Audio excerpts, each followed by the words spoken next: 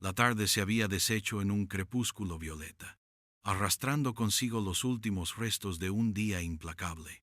El viento, un lamento constante en las llanuras barridas, silbaba alrededor de la vieja casa de rancho, mordiendo las tablas desgastadas y colándose por las rendijas como un espíritu helado. Fue en ese preciso instante, cuando la luz moribunda teñía de sombra cada rincón, que una figura se materializó en el umbral de Elías. No era una visita esperada. De hecho, Elías nunca esperaba a nadie. Su existencia, marcada por la soledad elegida, se tejía en los hilos ásperos de la tierra y el eco de su propia conciencia. Pero allí estaba, una silueta frágil que, tras un tropiezo vacilante, se desplomó como un fardo en su porche de madera crujiente. Elías, de pie en el marco de la puerta, la observó con una dureza que había labrado su rostro a lo largo de los años. Su mirada, de un azul tan frío como el cielo invernal, se posó sobre la mujer caída, sobre las dos pequeñas figuras que se acurrucaban a su lado, los ojos grandes y asustados, reflejando el pánico de lo desconocido. Elías no era un hombre de compasión fácil. Sus manos, curtidas por el trabajo y quizás por las cicatrices invisibles del alma, se aferraban al dintel. Había algo en la desolación de aquella escena que pugnaba contra el muro de indiferencia que él había construido meticulosamente a su alrededor. La mujer, con el rostro pálido y el cabello desgreñado, se había desmayado, su respiración apenas un susurro entrecortado. Los niños, dos pequeños polluelos desvalidos, miraban de él a su madre, el terror silente más elocuente que cualquier grito. Elías sintió un tirón en el pecho, una molestia, no una punzada de bondad, sino el agudo aguijón de una memoria que él creía enterrada. Era el peso de una verdad que se negaba a desaparecer, el eco de decisiones pasadas que reverberaban en el silencio del rancho.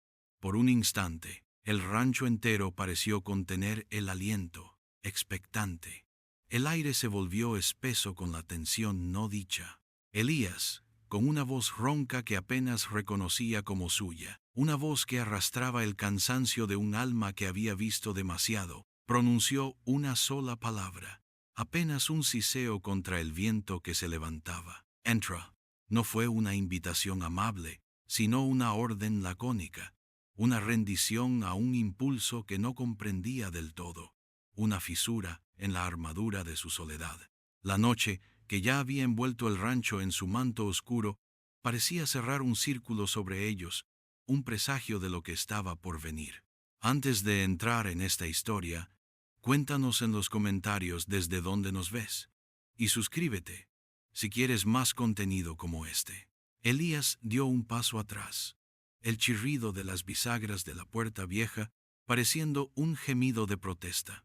La mujer, Ana, como descubrió su mente después de que la cargara torpemente hacia el interior, era sorprendentemente liviana.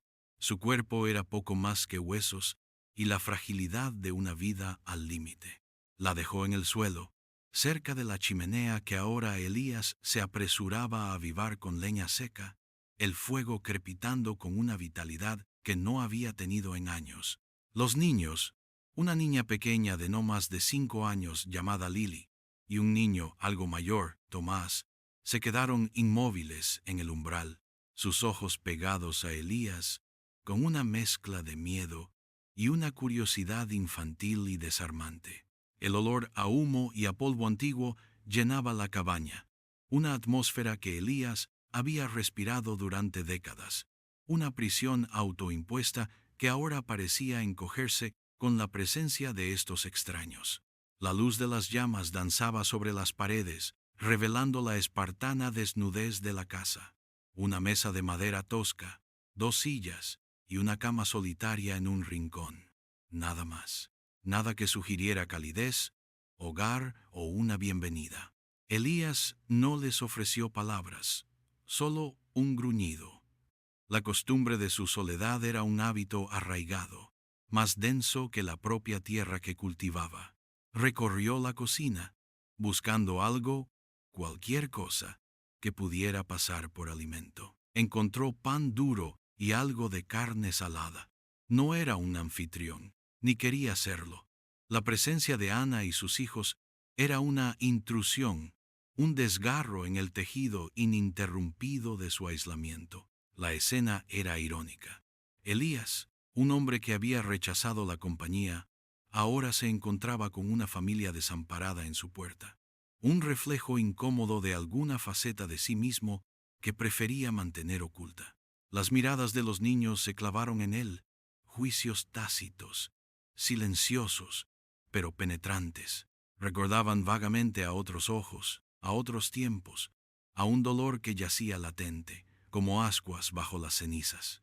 Un dolor que no le había permitido amar, que le había empujado a una existencia de penitencia sin fin en esta extensión árida.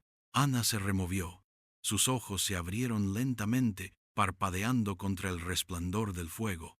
Elías observó su despertar, un lienzo de agotamiento y desesperación pintado en su rostro. Cuando ella intentó hablar, su voz era un hilo frágil, apenas audible.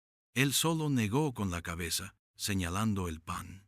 La ayuda era un gesto áspero, sin adorno, desprovisto de cualquier atisbo de gentileza. Su mente trabajaba a 1000 por hora, sopesando las implicaciones de su decisión impulsiva. ¿Qué significaba esto? ¿Por qué los había dejado entrar? La pregunta flotaba en el aire, sin respuesta. No había lugar para la compasión en su corazón, solo para una fría lógica que ahora se veía alterada.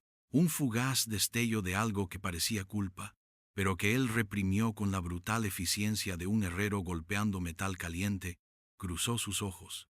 El silencio que se instaló entonces en la cabaña no era el silencio familiar de la soledad de Elías, sino uno cargado, denso, con el peso de vidas rotas y el ominoso presagio de un destino incierto. Los días que siguieron se tejieron con la incómoda cadencia de una coexistencia forzada.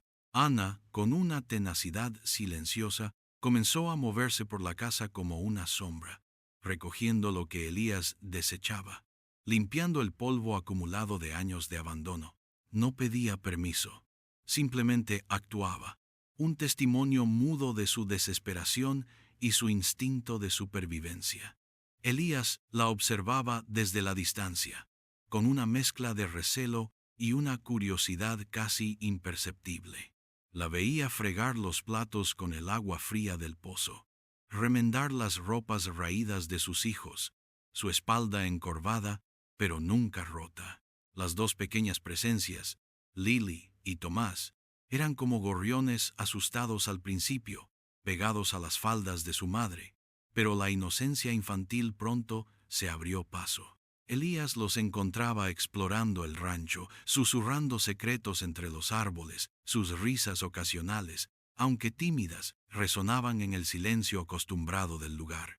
Era un sonido extraño, un bálsamo, y una irritación a la vez, una intromisión en el monólogo perpetuo de su propia mente.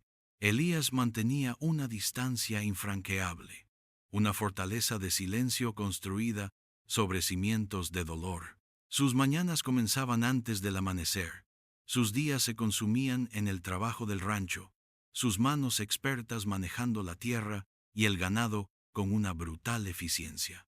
Pero ahora, al regresar al anochecer, el olor a comida, simple y escasa, flotaba en el aire.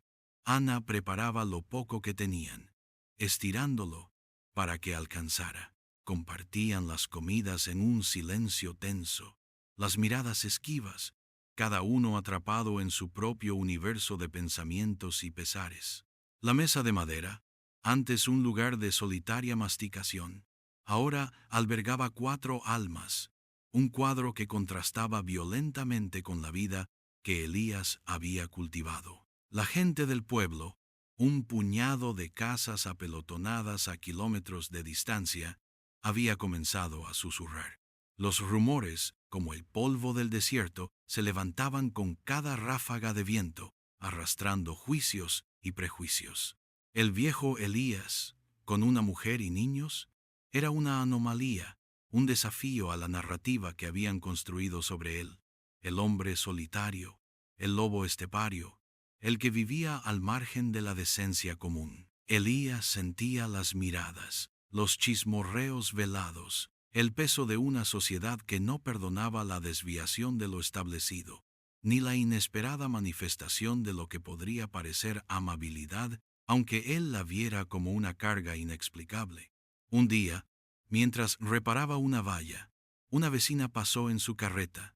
Sus ojos se detuvieron en Ana, quien colgaba ropa cerca de la casa. La mujer no dijo nada, pero la mueca en sus labios y el giro rápido de su cabeza eran un lenguaje que Elías conocía demasiado bien.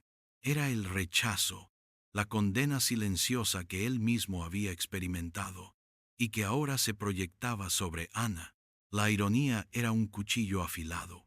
Elías, el marginado, ahora se veía a sí mismo como protector de otros marginados, un papel que le resultaba ajeno y, sin embargo, extrañamente inevitable. Una noche la lluvia golpeó el techo con una furia inusual, y el viento ululó como una banshee enloquecida.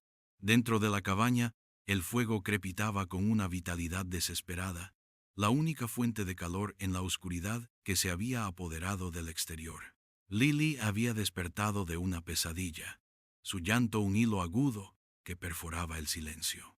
Ana la acunaba, susurrando consuelo, pero los ojos de la niña seguían fijos en la figura maciza de Elías, sentado en su silla habitual, su rostro una máscara de sombras. De repente Elías se levantó. Su movimiento fue brusco, casi violento, y el aire en la habitación pareció tensarse.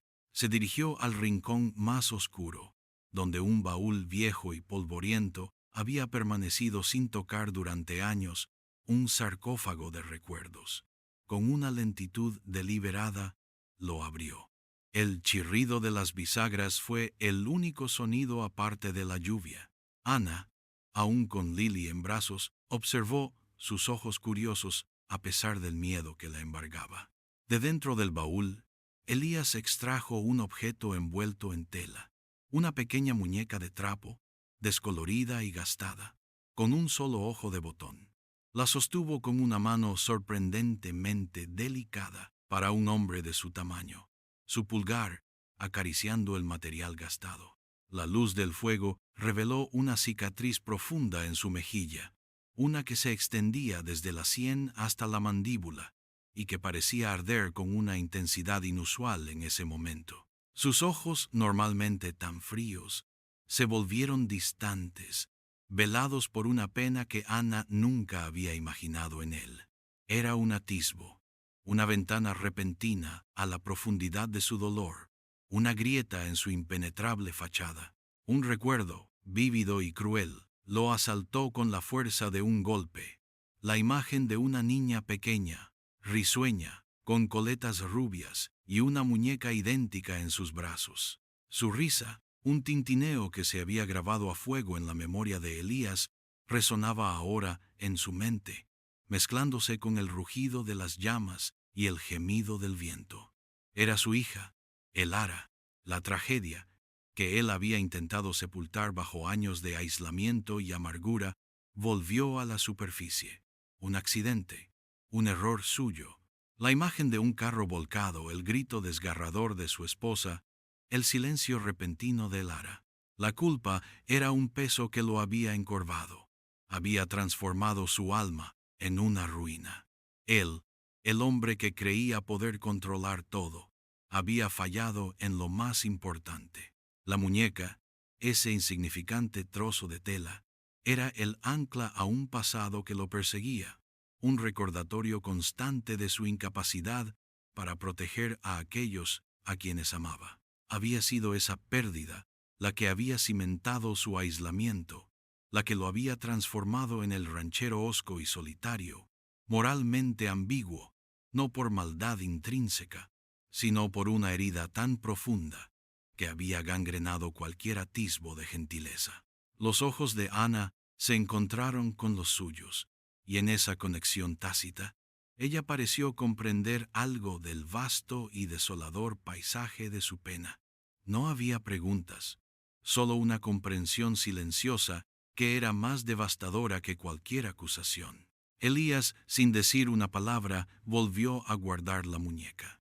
Pero la fisura ya estaba allí, y el frío muro de su corazón había comenzado a resquebrajarse. El incidente con la muñeca de trapo había sido una revelación sutil, pero potente. Había humanizado a Elías a los ojos de Ana, y aunque él intentó regresar a su caparazón de indiferencia, algo se había roto en la dinámica. Los niños, ajenos a la complejidad de las heridas adultas, comenzaron a acercarse a Elías con una ingenuidad desarmante. Lily, la más pequeña, le ofrecía piedras de colores que encontraba en el camino, y Tomás, con la seriedad de un mini adulto, intentaba imitarlo en sus tareas, arrastrando pequeñas ramas o intentando ayudar con el ganado. Elías, con su habitual reticencia, no los rechazaba explícitamente, pero sus respuestas eran monosilábicas, sus gestos ásperos. Sin embargo, Ana notó los pequeños cambios, la forma en que su mirada seguía a los niños, la ligera inclinación de su cabeza cuando Tomás le hacía una pregunta, el hecho de que no la regañó cuando encontró a Lily usando sus herramientas como juguetes. Eran migajas de humanidad, pequeñas luces en la penumbra de su alma. La frágil tregua en el rancho se vio amenazada por el mundo exterior que no olvidaba a los marginados. Elías, a pesar de su soledad, tenía una reputación forjada a base de rumores y un pasado envuelto en misterio. Ahora, con la llegada de Ana y los niños, la curiosidad de los vecinos se avivó hasta convertirse en una llama invasiva.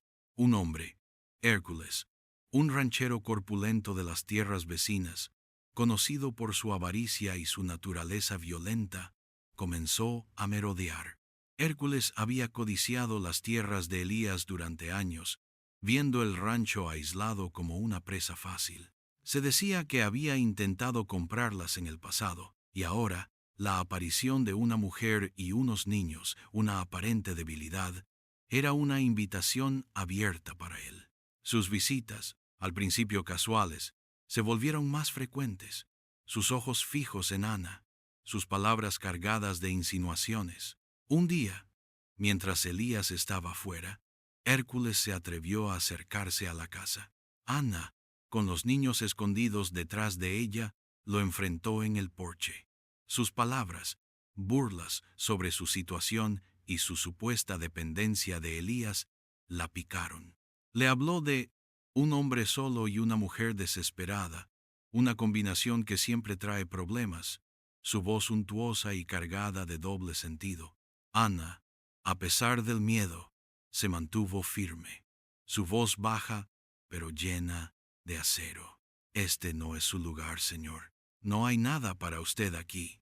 Hércules se rió, una risa áspera que resonó en el aire, y dejó caer una amenaza velada sobre la necesidad de Ana de un verdadero hombre que la protegiera a ella y a sus hijos, implicando que Elías no era tal. Cuando Elías regresó y vio a Hércules marcharse, el ambiente en el rancho era denso. La mirada de Ana no necesitaba palabras. Elías sintió la tensión, el desafío, el fuego. Era un instinto primario, una ira fría que le recordaba que, a pesar de sus intentos de evadirlo, el mundo y sus peligros podían encontrarlo incluso en su escondite más remoto. La amenaza de Hércules no era solo para Ana, era para el frágil equilibrio que había surgido, y para el último bastión de su propia existencia, el rancho que era su única verdad. La confrontación con Hércules había encendido una chispa, una advertencia de que la paz precaria no podía durar. Elías había observado el intercambio desde lejos, su mandíbula tensa, los puños apretados. La rabia, una emoción que creía haber enterrado bajo capas de indiferencia, comenzaba a burbujear. Esa noche, mientras la luna colgaba como una calavera pálida sobre el desierto, Elías se sentó junto al fuego. los recuerdos bailando en las sombras como espectros. El silencio de la cabaña, ahora tan diferente del que había conocido, se llenaba de ecos. La escena de Ana, enfrentando a Hércules, desató una nueva y más profunda inmersión en su pasado. No era solo la muerte de Elara lo que lo atormentaba. Había algo más oscuro, un acto de desesperación que había cometido en los días siguientes a la tragedia. Consumido por el dolor y la culpa, Elías se había negado a reconocer su propia responsabilidad en el accidente. En su lugar buscó un chivo expiatorio. El cochero que había conducido el carruaje, un hombre joven e inexperto que había dudado por un instante crucial, se convirtió en el blanco de su ira. Elías, un hombre de considerable influencia en la comunidad en aquel entonces, había utilizado su poder, su nombre, su intimidación, para arruinar la vida del joven. Lo había acusado falsamente de negligencia criminal, asegurándose de que perdiera todo: su reputación, su trabajo, su hogar. El joven, sin recursos ni voz, había desaparecido, quebrado por la injusticia. Esa era la mancha, la verdadera oscuridad en el alma de Elías, el pecado original que había carcomido cualquier posibilidad de paz. Él no era un hombre bueno, no en el sentido convencional.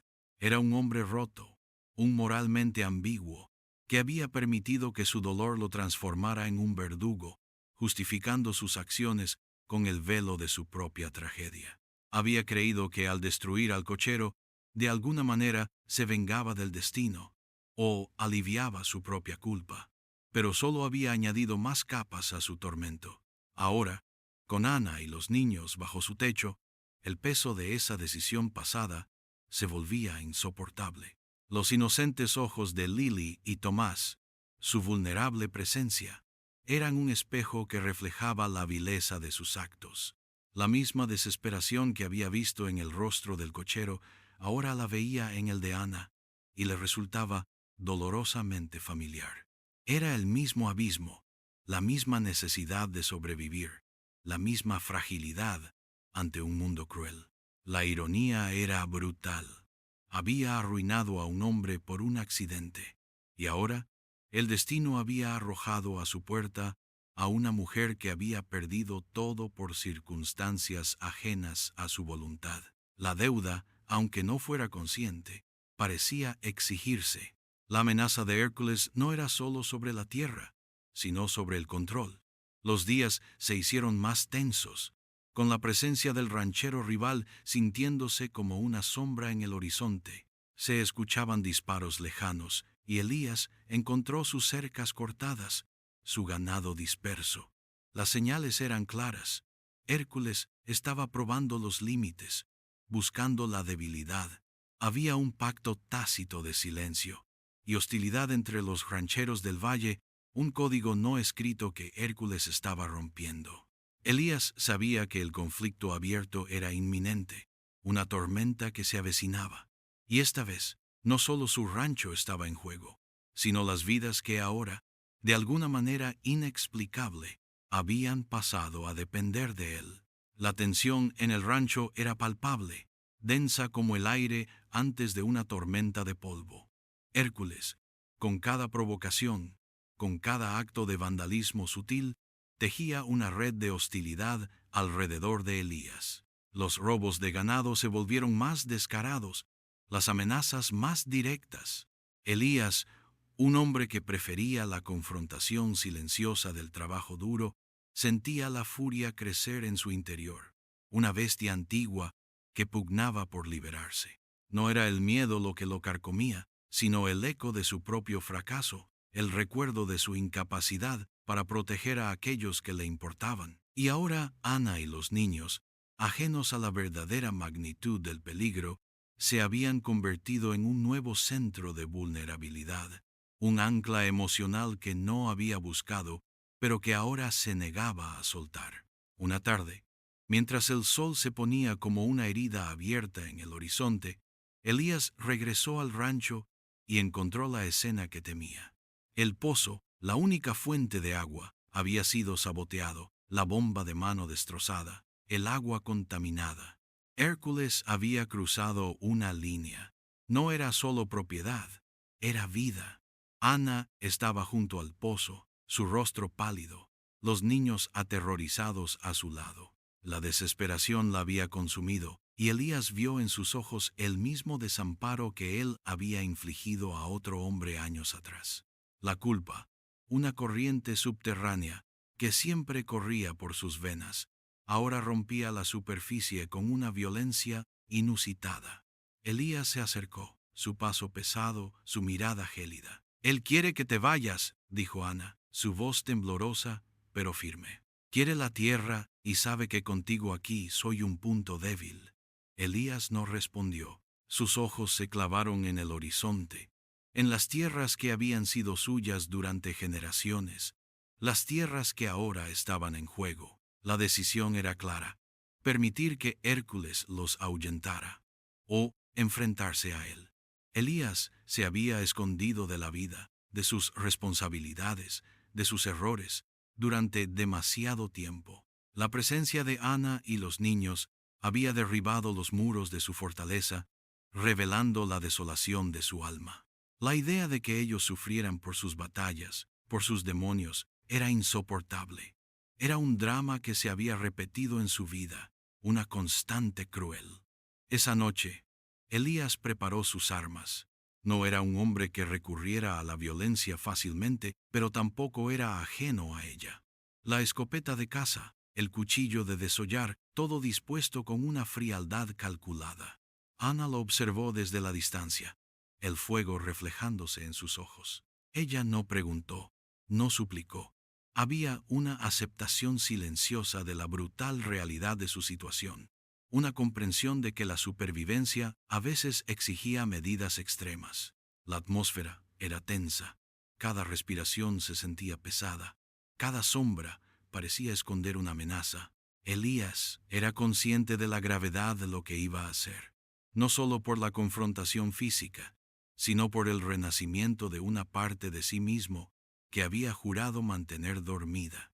El hombre moralmente ambiguo, el lobo solitario, estaba a punto de rugir de nuevo. Pero esta vez, no lo haría por venganza ciega, sino por la frágil promesa de algo que, lentamente, había comenzado a parecerse a un futuro. El amanecer se asomó con una promesa engañosa de paz, sus primeros rayos dorados pintando el cielo en tonos de fuego y ceniza. Elías salió de la cabaña, el peso de la escopeta en sus manos, una extensión de su propia determinación. Ana lo miró desde la puerta, su rostro una mezcla de miedo y una silenciosa súplica. Él no se detuvo, no la miró directamente. El silencio entre ellos era un acuerdo tácito, una comprensión de que las palabras eran innecesarias ante el inminente conflicto. Los niños, todavía dormidos, permanecían ajenos a la tormenta que se desataba afuera. Elías cabalgó hacia el pastizal más grande, el lugar donde Hércules solía dejar su ganado de pastoreo ilegalmente, una provocación constante.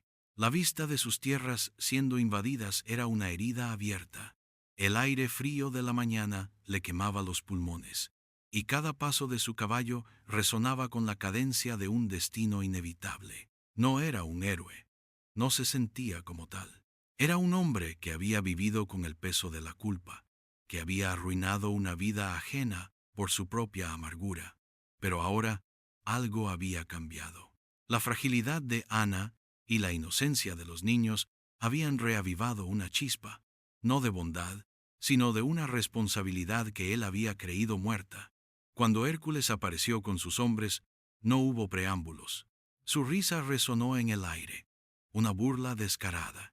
«Así que el viejo lobo por fin ha salido de su madriguera», dijo, su voz suntuosa.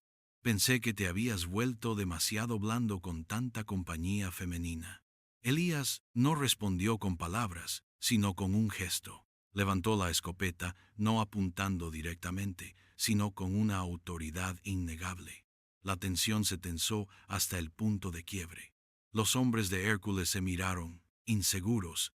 Elías, en ese momento, no era el ermitaño quebrantado, sino el hombre que había forjado una reputación, un nombre que, aunque manchado, aún inspiraba un respeto forzado. La confrontación fue breve y brutal. No hubo disparos. Hubo una explosión de violencia contenida, un choque de voluntades. Elías, con una fuerza y agilidad sorprendentes para su edad, desarmó a uno de los hombres de Hércules con un movimiento fluido. Su experiencia en la vida en el rancho, sus años de autosuficiencia, le habían enseñado a ser rápido y decisivo. Hércules, sorprendido por la ferocidad inesperada de Elías, retrocedió. No esperaba resistencia, solo una rendición silenciosa. Elías no buscaba matar, buscaba un mensaje claro. La invasión había terminado. Él golpeó a Hércules, no con rabia ciega, sino con una precisión fría, una advertencia contundente. Fuera de mis tierras, para siempre, gruñó, su voz cargada de la promesa de más violencia si era necesario. Hércules, con el labio partido y el orgullo herido, reunió a sus hombres y se marchó, la cola entre las patas, la imagen de la derrota grabada en su rostro. La victoria de Elías no fue limpia ni gloriosa. Fue el resultado de una confrontación brutal, el tipo de violencia que había caracterizado su pasado. Pero esta vez, el motivo era diferente. No era venganza, no era orgullo, era la protección de los inocentes. El sol había escalado el cielo, y el calor del mediodía caía pesado sobre el rancho. Elías regresó a la cabaña, sus músculos doloridos, el sabor a polvo y hierro en la boca. Ana lo recibió en la puerta, sus ojos escrutando su rostro en busca de alguna herida, alguna señal. No preguntó qué había sucedido, ni él ofreció detalles. La ausencia de Hércules y sus hombres, la tranquilidad que había regresado al aire, eran prueba suficiente. El rancho había sido reclamado, y con él, un frágil sentido de seguridad. La tarde se deslizó en un silencio diferente, no el silencio opresivo de la soledad de Elías, sino uno cargado de un respeto tácito, de una comprensión mutua. Los niños, ahora despiertos, jugaban cerca de la cabaña. Sus risas, antes tímidas, ahora resonaban con una libertad recién descubierta. Elías se sentó en el porche, observándolos. La violencia lo había dejado exhausto, pero también había una extraña quietud en su interior, como si la confrontación hubiera purgado algo de la amargura que lo había carcomido. La muñeca de trapo, la que había sacado del baúl, estaba ahora en el suelo de la sala, no como un objeto de dolor, sino como un puente entre su pasado y el presente. Había sido Lily quien la había encontrado, y sin saber su significado, la había abrazado. Elías no le había quitado la muñeca. Más tarde, Ana se acercó a él, llevando 2 tazas humeantes de té de hierbas, un gesto de cuidado que él no había experimentado en años. Se sentó a su lado en el porche, y por primera vez no hubo tensión entre ellos. «Gracias, Elías», susurró ella, su voz suave como la brisa del atardecer. No había necesidad de elaborar.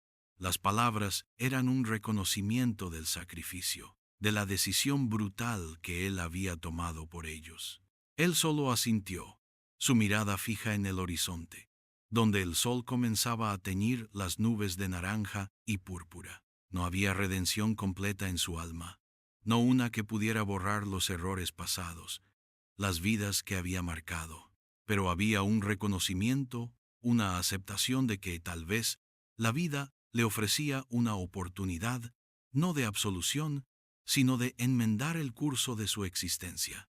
Elías había sido un hombre que cargaba con la ironía de su propia creación, un solitario que se había vuelto guardián, un pecador que buscaba una forma de expiación a través de la protección. Su victoria sobre Hércules no lo había transformado en un santo, ni había borrado las profundas cicatrices de su pasado, pero había redefinido su propósito. Era el final de un capítulo de fuga y el comienzo de otro de confrontación. No había palabras grandilocuentes, solo el peso del aire, el susurro del viento y la promesa silenciosa de que algo había cambiado, una apertura en su endurecido corazón. La resolución no era total, pero la esperanza, un sentimiento que Elías había desterrado hacía mucho tiempo, ahora flotaba sutilmente en el aire, como el olor a tierra mojada después de una lluvia. Los días se transformaron en semanas, y las semanas en meses, tejiendo un nuevo tapiz en la vida del rancho. Elías, el hombre de la cicatriz visible y las invisibles, seguía siendo un hombre de pocas palabras, pero sus acciones hablaban con una elocuencia que superaba cualquier diálogo. Reparó el pozo, no solo la bomba, sino el sistema entero, asegurándose de que el agua pura fluyera libremente. Su rancho, antes un monumento a la desolación, comenzó a mostrar signos de vida, no solo por la vegetación que Ana, con su mano suave, lograba hacer crecer en pequeñas parcelas, sino por la energía que irradiaban los niños. Lily y Tomás, ahora completamente desinhibidos, corrían por los campos, sus risas un bálsamo para el alma de Elías. La rutina se estableció, una rutina que contenía una extraña belleza. Elías trabajaba la tierra. Ana se encargaba de la casa y cuidaba de los niños, y las noches se llenaban del calor del fuego, de las historias de los niños antes de dormir, y de un silencio compartido entre Elías y Ana, que con el tiempo dejó de ser tenso y se volvió cómodamente familiar. Los chismorreos del pueblo persistían, como la maleza obstinada, pero ahora parecían distantes, inofensivos. La amenaza de Hércules se había desvanecido. Su derrota un recuerdo amargo que lo mantenía lejos. Elías nunca habló de su pasado con Ana, no con palabras directas, pero en las tardes, cuando el sol ponía fin a la jornada, a veces se sentaba junto a la muñeca de trapo de Elara. Ana, sin preguntar, sin invadir, a veces se sentaba cerca, su presencia un ancla silenciosa. Una vez, mientras Lily dormía con la muñeca de trapo abrazada, Ana notó la mirada de Elías en la niña. Había una ternura que antes habría parecido imposible, una rendición a la vulnerabilidad. La cicatriz en su mejilla, antes un símbolo de su dureza, ahora parecía una grieta, por la que una luz tenue comenzaba a filtrarse. La redención de Elías no era una metamorfosis completa. Él no se había convertido en un hombre perfecto, ni había borrado el daño que había infligido. La moralidad ambigua persistía como una sombra en su carácter, una parte inherente de quien era, pero se había desplazado, no hacia la oscuridad, sino hacia una compleja mezcla de luz y sombra. El bucle abierto de su culpa no se había cerrado del todo, pero se había anudado en una forma diferente, una que le permitía mirar hacia adelante. La ironía final era que, al salvar a Ana y a sus hijos, al proteger esta nueva y frágil familia, Elías había comenzado, quizás sin saberlo, a salvarse a sí mismo. No era la salvación de un alma limpia, sino la de una forjada en el crisol del dolor y la rectificación. El rancho, que antes era una tumba, ahora era un hogar. El viento, que antes era un lamento, ahora susurraba historias de resiliencia. Elías, el ranchero solitario, había encontrado una forma de existir en el mundo, no a través de la soledad, sino a través de una conexión silenciosa, un compromiso tácito con las vidas que el destino había puesto en su camino.